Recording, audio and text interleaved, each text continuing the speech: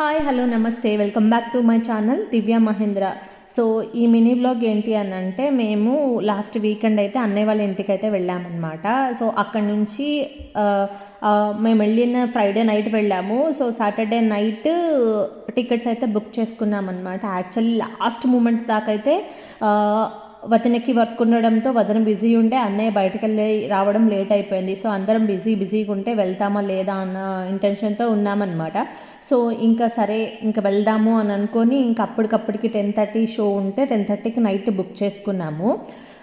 So చాలా months అయిపోయింది మేమందరం కలిసి మూవీకి వెళ్ళక. సో ఇంక వెళ్ళాం కదా అని చెప్పేసి ఇంకా ప్లాన్ చేసుకున్నాము.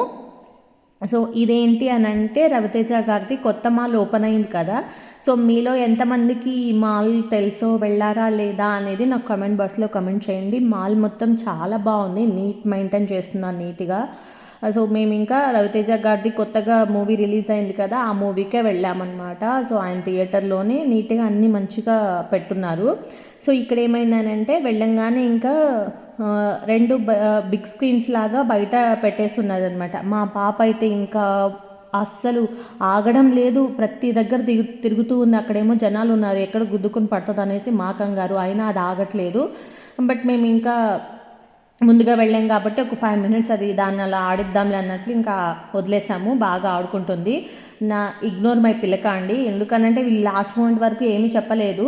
సో నేను అందుకే ఆయిల్ పెట్టేసుకున్నాను నీట్గా. ఓకే నైటే కదా అని చెప్పేసి ఇంకైతే వెళ్ళడం జరిగిందనమాట. సో వెళ్ళే ముందే పాప్కార్న్ కొనేసుకున్నాము. తినేసి వెళ్ళినా కానీ మూవీ అంటే పాప్కార్న్ మస్ట్ కాబట్టి ఖచ్చితంగా కొనుక్కున్నాం అందరం. ఇంకా మూవీ విషయానికి వస్తే, మూవీ అయితే బాగుంది, ఎక్కడ బోర్ కొట్టలేదు. ఖచ్చితంగా బోర్ కొట్టుంటే అందరూ నిద్రపోయే వాళ్ళం అనమాట. బట్ ఎవరు నిద్రపోకుండా యాక్టివ్గా చూసాము. సో మూవీ అయితే బాగుంది, ఖచ్చితంగా మీరు కూడా చూడండి. ఈ వీడియోకి అయితే ఏంటి బాయ్.